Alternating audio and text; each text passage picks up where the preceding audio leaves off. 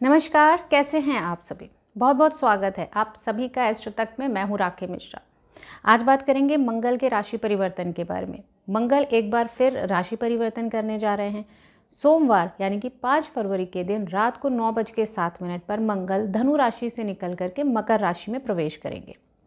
हमेशा ही ग्रहों का गोचर बहुत महत्वपूर्ण माना जाता है और इस बार मंगल का ये गोचर मकर राशि में आप सभी के लिए क्या प्रभाव लेकर के आ रहा है, आज इसी के बारे में बात करेंगे।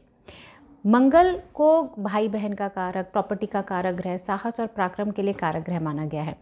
वहीं मकर राशि स्थिर राशि है, पृथ्वी तत्व की राशि है। तो इस समय पे जब ऐसी राशि में मंगल का राशि परिवर्तन होगा, मंगल का गोचर होगा, तो ये आपके जीवन में क्या प्रभाव लेकर के आ रहा है।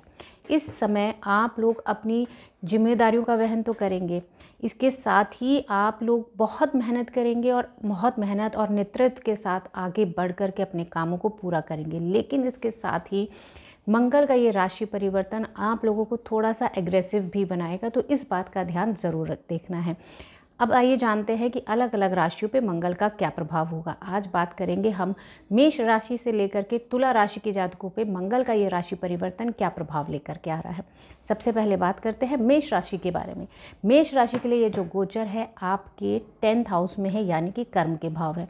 इस समय में आप अपने कार्यों में पूरी तरीके से समर्पित रहेंगे और समृद्धि की तरफ आगे भी बढ़ेंगे। आप पूरी कोशिश रहेगी कि आपकी जो मेहनत है, जो आपके एफ़र्ट्स हैं, उनका रिज़ल्ट आपको ज़रूर मिले। आपकी मेहनत बढ़ेगी भी, पहले से ज़्यादा एफ़र्ट्स आपको करने पड़ेंगे, लेकिन उनका जो रिज़ल्ट है वो आपको ज़रूर मिलेगा। आप अपनी लक्ष्य की पूर्तियों के लिए बहुत मेहनत के साथ आगे बढ़ेंगे।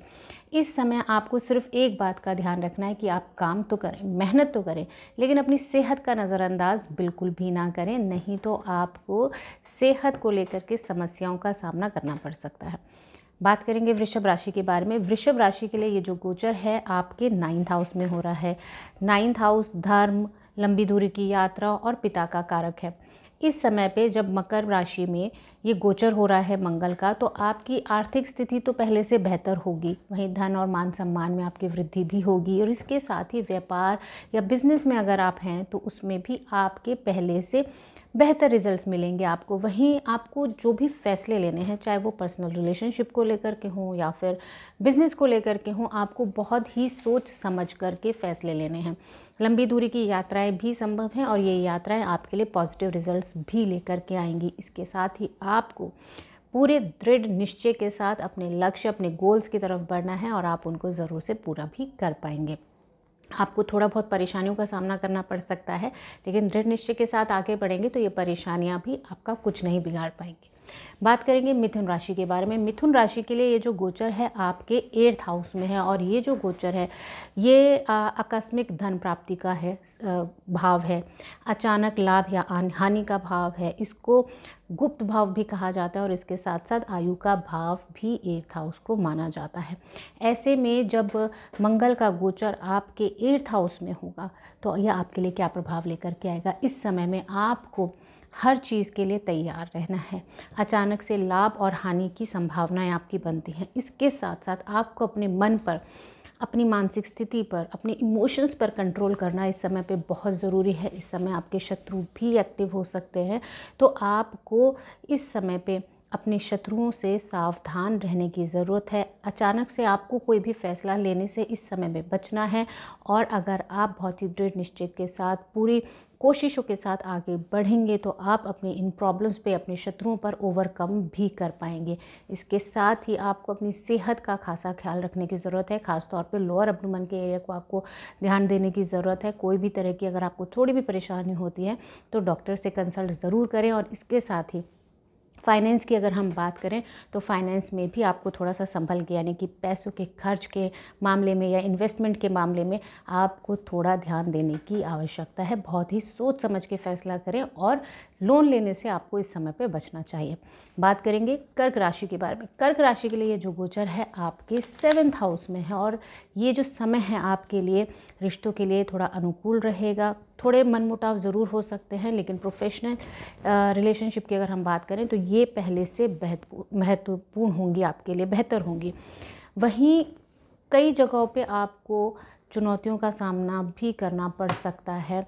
आपको कुछ जगहों पे अपने लिए विपरीत परिस्थितियों के लिए भी तैयार रहना है। कुछ ऐसी चीज़ें आपके सामने आ सकती हैं जो आपने एक्सपेक्ट ना की हो, जिनके बारे में आपने सोचा भी ना हो।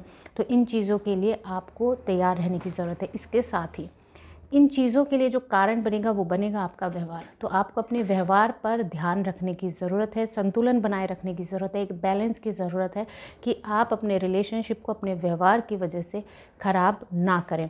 योजना भी बनाएंगे, फैसले भी लेंगे, इम्प्लीमेंटेशन करने के बारे में भी सोचेंगे, लेकिन इन सभी कामों में जो भी योजनाएं बना रहे हैं, प्लानिंग कर रहे हैं, फैसले ले रहे हैं, इन सब में आपको जल्दबाजी नहीं करनी है। बहुत ही सोच समझ के आपको अपने फैसले लेने हैं। संतान की तरफ से, अगर आप मैरिड हैं, आपके बच्चे हैं, तो संतान की तरफ से थोड़ी चिंता रहेगी, लेकिन उनके लिए भी आपको जो भी फैसले लेने हैं वो धैर्यपूर्वक लीजिए। गुस्से में या अचानक उनके लिए भी कोई फैसला आप लेने से बचें। बात करेंगे सिंह राशि के बारे में। सिंह राशि के लिए ये जो गोचर है आपके 6th हाउस में है, तो इस समय आपको समस्याओं का सामना करना पड़ सकता है। करियर में भी आपकी समस्याओं का सामना आपको करना पड़ सकता है। इसके साथ ही पिता की सेहत की अगर बात करें तो उनकी सेहत को लेकर के भी आप थोड़े से परेशान रह सकते हैं। ये जो समय है, इस समय में आपको बहुत ज़्यादा एफ़र्ट्स करने पड़ सकते हैं। बहुत मेहनत होगी, बहुत हार्ड वर्क होगा। आपको लगेगा कि लाइफ में बहुत ज़्यादा स्ट्रगल है, लेकिन ये थोड़े समय की चीज़ें हैं। अगर आप इस समय में बहुत मेहनत से और अपने हार्ड वर्क से आगे बढ़ते हैं तो आपको आपकी मेहनत का रिज़ल्ट ज़रूर मिलेगा।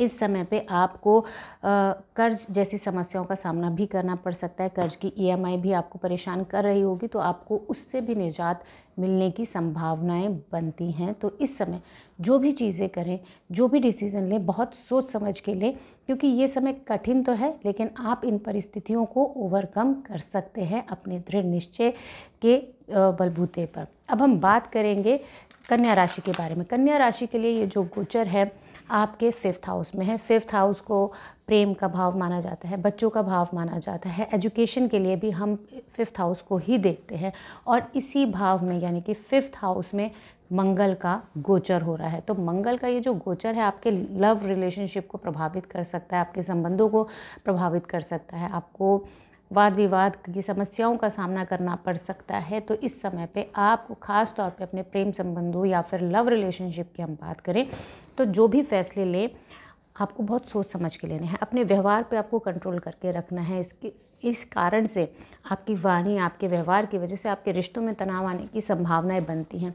आप गुस्से से कोई भी फैसला लेने से इस समय पे बचें। अपने गुस्से पे कंट्रोल करना इस समय की आपकी ज़रूरत है, जिससे आप अपने रिश्तों में एक बैलेंस ला सकें, उनको सुधार सकें, उनमें किसी भी तरह की विवाद और समस्याओं को भी आप सुलझा सकें।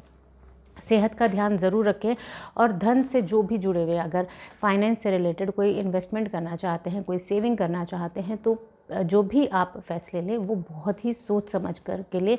रिस्क लेने से इस समय आपको बचना चाहिए। किसी भी तरह के रिस्क लेने से इस समय आपको बचना है। तो ऐसी ही जानकारी के लिए आप सभी देखते रहिए एस्ट्रो तक। Thank you so much. आप सभी का दिन शुभ हो। एस्ट्रो तक ऐप पर आपको मिलेगा भविष्य से जुड़े हर सवाल का जवाब। डाउनलोड कीजिए एस्ट्रो तक ऐप और चुटकी में जुड़िए इंडिया के बेस्ट एस्ट्रोलॉजर से।